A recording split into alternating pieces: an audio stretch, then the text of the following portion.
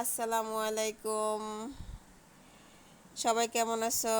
আজ আমি গরুর বুড়ি রান্না করব। দেখো, গরুর বুড়ির উপরে পাতলা চামড়াটা ময়লা ওইটা আমি উঠিয়ে ফেলছি। উঠিয়ে ফেলে ধুয়ে নিয়েছি। ধুয়ে নিয়ে এখন আমি আদা রসুন দিলাম। এখন আমি 3টা পেঁয়াজ কুচি করে রেখেছি, 3টা পেঁয়াজ দিয়ে দিব।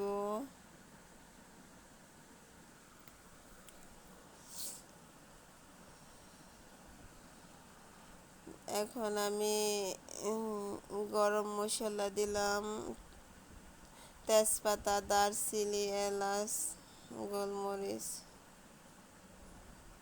এসে এখন আমি লবণ দিলাম পরিমাণ মতো।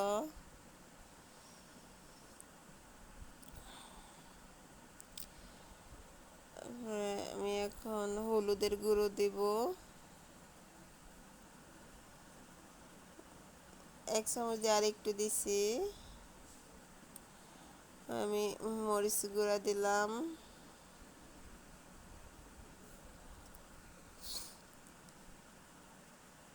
আমি এখন একটু সরিষার তেল দিব।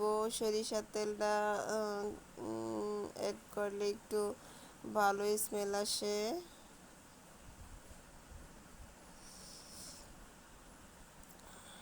সরিষার তেলটা দেওয়ার পরে আমি এগুলাতে পানি দিব। পানি দিয়ে 2 ঘন্টা আমি সিদ্ধ করব এগুলাকে ভালো মতো।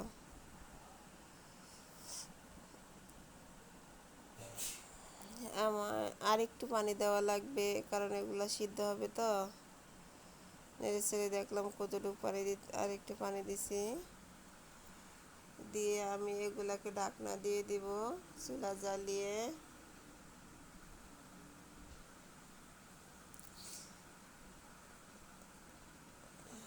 এই যে দেখো, পুরো পানিটা শুকিয়ে আসছে, এরকম হয়েছে।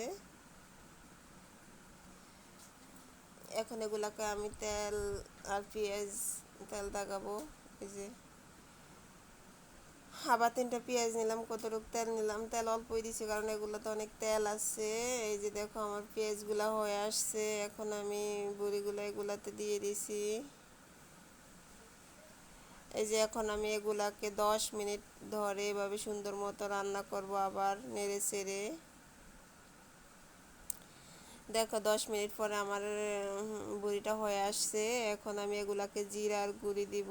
নামানোর আগে একটা জিরার গুঁড়ি দিলে ভালো একটা স্মেল আসে, খেতে টেস্ট লাগে। এই জন্য আমি এগুলাকে জিরার গুঁড়ি দিয়ে নেড়ে চেড়ে, দেখো আমার বড়িটা এখন হয়ে আসছে।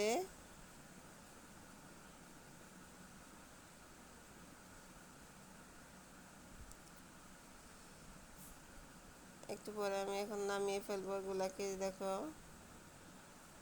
পুরো একটু বাজার মতো হয়েছে।